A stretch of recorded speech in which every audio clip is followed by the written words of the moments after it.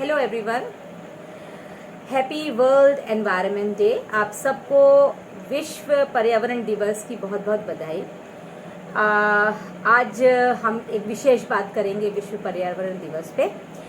और इससे पहले मैं आपको ये बता दूं कि ये वर्ल्ड एनवायरनमेंट डे क्यों मनाया जाता है। So the world environment day is celebrated on June 5th every year to remind people about the importance of nature, and it is celebrated across the globe to tell people that nature should not be taken for granted and must be respected for its values. And the World Environment Day is one of the biggest annual event, or you can say a big fest organized by the United Nations to generate awareness about the significance of nature and greenery. The United Nations Assembly established World Environment Day in 1972, which was the first day of Stockholm Conference on the Human Environment.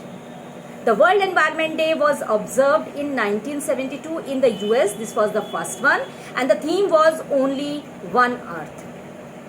But in the last year, in 2020, it was celebrated by Colombia. The Colombia hosted it, and the theme was celebrating biodiversity. Because last year we were suffering from COVID-19, this year also, so we realized the importance of biodiversity, and the theme was celebrating biodiversity. And now today, again in 2021, the theme is of the World Environment Day is a very relevant one, that is ecosystem restoration. And the Pakistan will host this whole event tomorrow. So ecosystem restoration, it is dealing with reimagine, recreate and restore. Now this is our moment. We can turn back time, but we can grow trees, green our cities, rewild our gardens, change our diets and clean up river and coast. We are generation that can make peace with nature. Let's get active, not anxious. Let's be bold and not timid.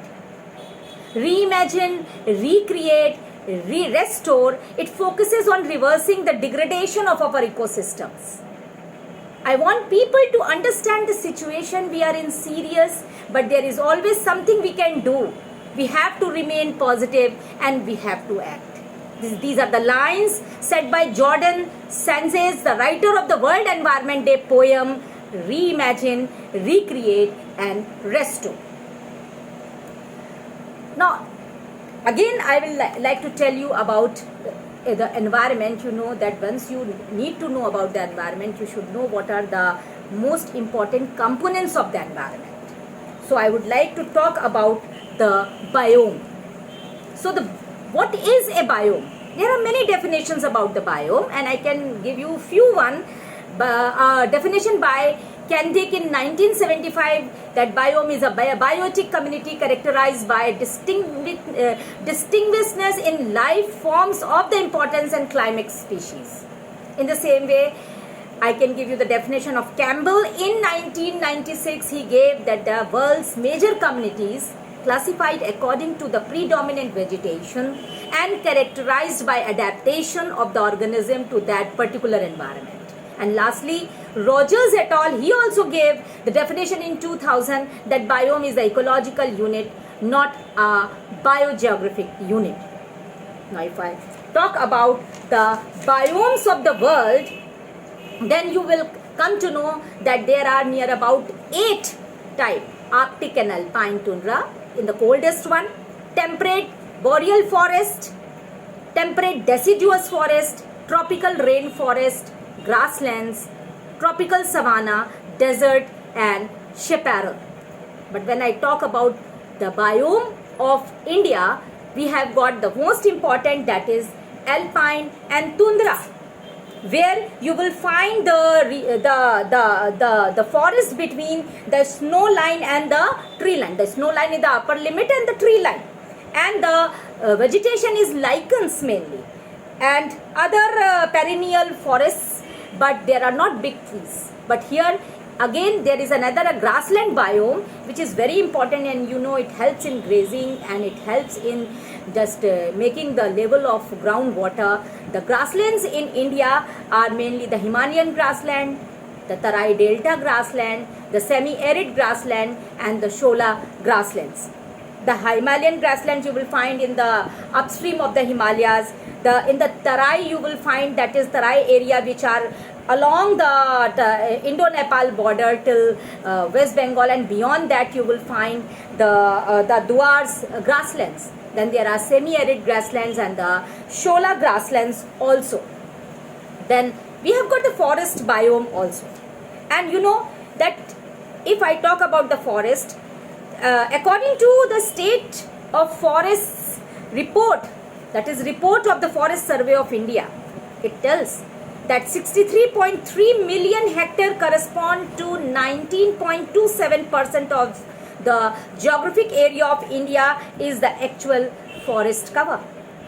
And we in India have got 6 major groups of forest, or you can say there are 16 major types and more than 200 minor types on the basis of the natural vegetation, the climate factors, and according to that there is a biodiversity. Both faunal and flora have got their own adaptations to those forests. So not going into the deep, but I can tell you about different types of forest in India, like tropical wet evergreen forest at the top, tropical semi-evergreen forest, tropical moist deciduous forest like along the Tarai area, littoral and swamp forest on the coastal area, then tropical dry deciduous forest in the central India, tropical thorn forest, tropical dry evergreen for northeastern region, subtropical broadleaf hill forest like in Panchmadi and other area, subtropical pine forest, subtropical dry evergreen forest, mountain wet temperate forest, Himalayan moist temperate forest, Himalayan dry temperate forest, subalpine forest, moist alpine forest, and dry alpine forest. So India has got so many types of forest. Apart from that, there are tropical rainforest also. Mainly the tropical rainforest of the northeast India, tropical rainforest of the Western Ghats, and the tropical rainforest in Andaman and Nicobar Islands. India has got a desert biome also, both the hot deserts and the cold deserts. And the hot deserts, example is the Thar desert, but in case of cold desert, you will know that our country, which contributes a vast area of 109,950 square kilometer area, which includes 87.780 square kilometer in Ladakh. So most of the area is covered by this cold deserts, which are you will find in Himachal Pradesh and North Uttaranchal and Sikkim. Then we have got an aquatic biomes. Now aquatic, you know, wherever there is a water is aquatic biome, and that is the marine biome, mainly the seas, the freshwater biomes. So the apart from the marine water, we have got the freshwater biomes, like if you can say the static biome, that is the lentic one, which includes the ponds and the lakes. And when I talk about the lotic, that is the running water one, then it is the rivers, the streams, and the springs. And lastly, we come to the wetland. So the wetlands, you know, according to the Ramsar Convention in 1971 at Ramsar, it was declared that the wetlands are the areas of submerged or water, saturated lands, both natural or artificial, permanent, temporary with water, that is static or flowing, fresh or brackish or salty, including areas of marine water, are the depth of which at low tide does not exceed 6 meters. So what we can say that wherever there is a water, either it is brackish water, salty water, or fresh water, wherever there is a water, it is a wetland. So on the basis of the wetland, I can classify that there are inland wetlands and the coastal wetlands. The inland wetlands have got the natural and the man-made wetlands. Natural wetlands like lakes, Osbo lakes, riverine water, river stream, man-made maybe the reservoir, tanks, ponds, waterlogged and salt tanks. Natural one are like in coastal wetlands, natural we can say lagoons, beach, intertidal mud flats, salt marsh, mangroves, coral reefs, and the man-made maybe salt pans and aquaculture pond. Then apart from that, we have got, I can talk about the resources also. So we have got lot of resources like forest resources, water resources, mineral resources, food resources, energy resources and land resources. So when I talk about the forest resources, we have got the forest resources which give us commercial uses and the environmental uses. So the commercial uses like timber, pulpwood, fruits and spices we get, fodder, rubber, gum, fibers, drugs, medicines, minerals and so many things we get from the forest. And in the same way we have got the environmental uses also which we cannot see but we are getting, like oxygen. It regulates the water cycle, it absorbs pollutants and it acts as a sink of carbon, the most important, and habitat for wildlife also, and conservation of soil. So this is the forest resources I want to talk. Then what are the threats to the forest to us? That is overexploitation. If I say that we are overexploiting, the population is so much in the country that we are getting everything from the forest and not returning back. So there is a cutting of trees, there is deforestation, excessive agriculture, grazing, mining activities, big hydropower projects, deforestation, then there is fuel management, then growing food, overgrazing, then timber, mining and dams. So what if we are just building dam, then what harm it is that? There are so many harm because of the dams building. The positive and ecological impact of the dam, maybe we are having reduction in famines, prevention of floods, promotion of productivity in lower areas. If I say the positive socio-economic impact of dam, we can say it gives employment. It provides electricity, irrigation water supply, drinking water supply, promotion of navigation and promotion of fisheries. But when I talk about the negative socio-economic impact, there is what happens? Submergence of villages and fertile lands, displacement of native people. There are resettlement issues, outbreak of vector-borne diseases also. And there are other negative ecological impacts like deforestation. It goes for deforestation, loss of biodiversity, water logging, salinity, flash floods, change in water flow and siltation, reservoir of induced seismicity, earthquakes may occur over there. So what I talk about, that though we have got the forest resources, but there are a lot of threats to them the human being is imposing because of lot of anthropogenic activities. And another resources is the water resources. So what I can say, that there is only 2.6% of fresh water available to us. If we say that, but we have got 97.4% of the water is totally saline in marine and we cannot use it. The water which is available to us as fresh water is 2.6% only, and out of that 1.98 is not available to us. It is in polar ice cap. What we are getting is 0.6% only, which is readily available to us in the form of groundwater. So we can say that that is water is a very important component and for life, and we are having this scarcity of water, so that needs to be taken up.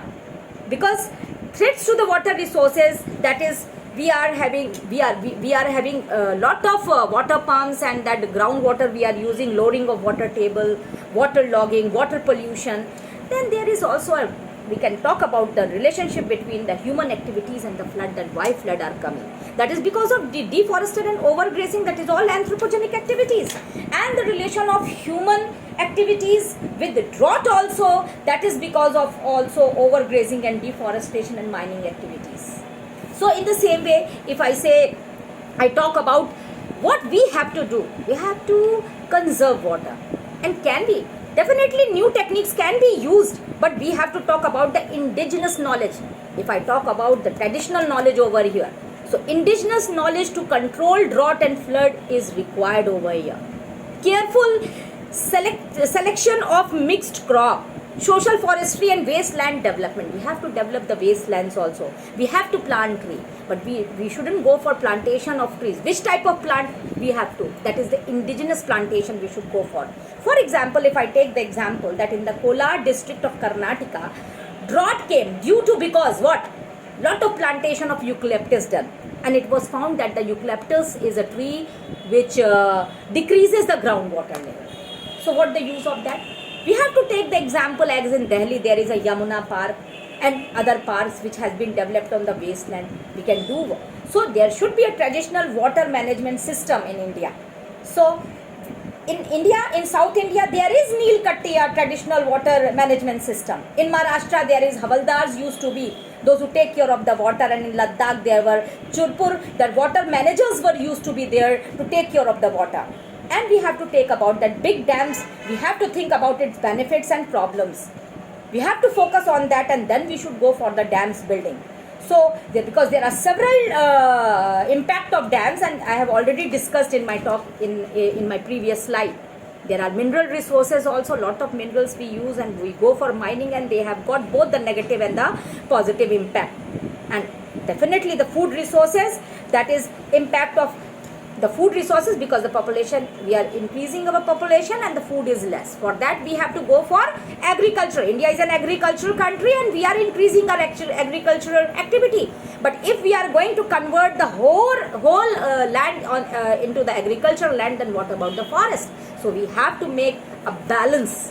So there are various types of ecosystems in India, and definitely the ecosystems I have already talked in the form of a biome, that there is a forest ecosystem, there is a grassland ecosystem, there is a desert ecosystem, there is an aquatic ecosystem, and there is a need of time to just rejuvenate our ecosystem. We have already destroyed a lot, and now we have to restore, we have to rethink, and we have to conserve. The major threats to what we have done is over-exploitation of forest, water, etc. We are extracting timber. There is a lot of habitat loss because of various factors like habitat destruction, habitat fragmentation, habitat degradation, habitat disturbance. Then deforestation also, grazing of livestock, forest fires, construction of roads and railways and tracks, invasive species, excessive tourism, pollution explosion, population explosion, big dams in forest, and the conflicts over water. So how to go for conservation? And that is we are celebrating today. That is the World Environment Day 2021, dedicated for ecosystem restoration, which tells about, that is, we have to reimagine, we have to rethink, we have to recreate, and we have to restore. How to restore? That is, we have to conservation of water, energy, soil, and sustainable agriculture. We have to prevent, halt, and reverse the degradation. We have to reverse the degradation. I just insist on this word of ecosystem on every continent, in every ocean. Then UN Decade on Ecosystem Restoration. There are various projects. Tomorrow is the event, and Pakistan is going to host that. And in that they have developed many projects they have taken up. The most important, that is restoration. Implementers are, the most important project is the Gondwana Link Restoration Ecosystem Connectivity in Australia, which includes Australia grassland, shrublands and savannas of near about 15,500 hectares. They are going to rejuvenate it. They are going to just link it, develop it, that is existing conservation areas in the Australia, to reconnect ecosystem from wet forest in the southwest to the woodlands. Restoration of native plant species, practice and promote ecological and culturally sensitive fire management. They are going to do it. In another project, very important, that is, which will cover Indonesia, Asia and the Pacific, that is the seeding 100-meter trees to restore Borneo's rainforest, Asia and the Pacific forest, covering near about 620 hectare land. They are going to restoration of degraded forest by planting forest, growing native trees. This is another project. And the third project, that is the project of seagrass, making waves to save our seas. This covers the Europe, oceanic area, coastal area of 10 hectare, where they will just conserve the seagrass, and that definitely they are going to conserve lot of biodiversity. And lastly, in India, I can quote one very important example of Jadav Bayan. You know very well Jadav Bayan, who got the Padam Shri in 2015, and he was also felicitated by APJ Abdul Kalam, and he is called as the Forest Man of India. Jadav Bayan, he just rejuvenated the area near the Brahmaputra. when he was in 16 years old, he started planting trees, and he planted trees for 30 years and developed the area of near about 1,360 hectare on his own without any help. A single man. He rejuvenated the forest. The area was barren, and because of the Brahmaputra flood, the whole biodiversity used to get destroyed. So one person can do this much. Why not we as united cannot do anything? We can do. So we have to unite on this day. We have to think that how to restore our ecosystem. We have to think about it, and we have to rejuvenate the ecosystem. So thank you all. Thank you so much, and wish you again all a very happy World Environment Day. And I wish you all to take various steps for the conservation of our ecosystem, restored ecosystem. Thank you.